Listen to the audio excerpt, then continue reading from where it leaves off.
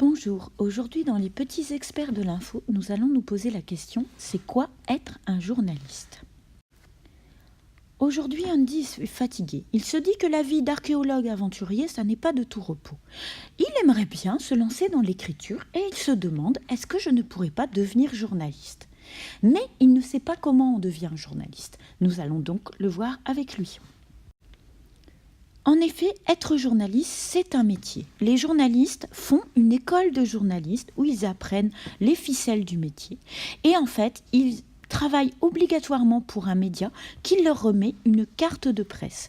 Cette carte de presse, c'est la carte d'identité du journaliste. C'est ce qui fait sa légitimité, qu'il a le droit de vous interroger, par exemple, de publier des articles en tant que journaliste. Quand on travaille pour un média, on doit respecter la charte de déontologie du journaliste. La déontologie, c'est les droits et les devoirs liés à certaines professions.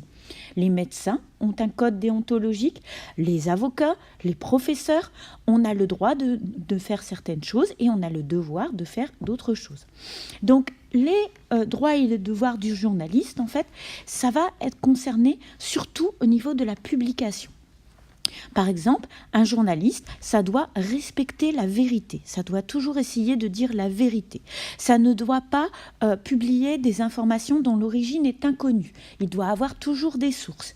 Il doit faire attention à ne pas attaquer la vie privée ou à ne pas faire de la publicité déguisée. En même temps, d'un autre côté, il doit respecter ces conditions afin d'informer librement les citoyens, les gens qui ont besoin d'informations. Pour faire simple, il existe différents types de journalistes et en fait, on peut les catégoriser selon leurs sources. Par exemple, le journaliste de bureau va faire des recherches. Il va utiliser des archives, des livres, des magazines, des sites internet pour compléter son sujet. D'autres personnes, les journalistes de terrain, comme leur nom l'indique, vont aller à l'endroit où se passe l'événement, le fait. Donc soit ils sont envoyés spécialement quand dans le cas de gros événements, d'événements plutôt dramatiques, quand c'est la guerre ou quand il y a des attentats, c'est ce qu'on appelle les envoyés spéciaux. Ou alors, en fait, c'est des gens qui travaillent pour les médias des différents pays, mais qui vivent dans un autre pays. Par exemple, un journal français va avoir des correspondants aux États-Unis, à Los Angeles, en Chine, en Inde, et en fonction des différents endroits, on va les appeler pour compléter les informations d'actualité. Le journaliste de terrain et les journalistes de bureau ont chacun un rôle à jouer. Les journalistes de bureau, notamment, interviennent beaucoup au niveau de la vérification des informations. On ne peut pas publier une information si on n'a qu'une seule source. Il faut avoir au moins 2 ou 3 sources différentes pour pouvoir publier une information. On pense souvent que le travail du journaliste, c'est d'écrire des articles ou de faire des reportages. Mais le journaliste, il intervient à tous les niveaux. C'est celui qui va collecter les informations. Il va se poser la question, quel va être le sujet du jour. Il va consulter ce qu'on appelle les dépêches, c'est-à-dire il y a un fil, comme un fil Twitter ou un fil Facebook, où on va recevoir toutes les informations du monde entier et on va sélectionner celles qui nous intéressent.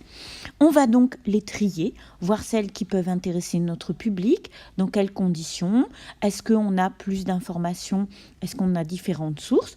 Donc on va faire appel à d'autres personnes qui vont être susceptibles de vérifier ces informations.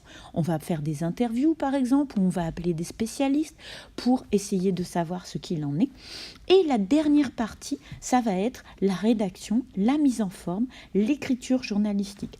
Selon qu'on va travailler pour un magazine ou des journaux, qu'on va travailler dans la presse papier, pour les sites internet des médias, pour la radio ou pour la télévision, on va avoir différents formats d'information. Alors on peut se poser la question, mais est-ce que nous sommes tous journalistes? Parce que moi par exemple, si je veux publier une information, une news, une actualité sur un réseau social, est-ce que je fais un travail de journaliste? Eh bien, je fais ce qu'on appelle du journalisme citoyen. C'est-à-dire que j'ai le droit de publier des informations, mais pas à n'importe quel prix. C'est-à-dire que l'idée, ça serait de publier des informations qui seraient fiables et vérifiées. Ainsi, Andy vous conseille d'utiliser ce petit pense-bête. Donc, avant de publier une information, posez-vous des questions, pensez. Est-ce que cette information, elle est positive? Est-ce qu'elle est valorisante? Est-ce qu'elle est exacte? Est-ce que vous pouvez la vérifier? Est-ce qu'elle est nécessaire? Est-ce qu'elle va m'apporter plus de connaissances, par exemple, sur un sujet? Est-ce qu'elle est sympa? Est-ce qu'elle n'attaque pas la vie privée ou elle ne fait pas ce qu'on appelle de la diffamation, c'est-à-dire dire du mal sur les gens?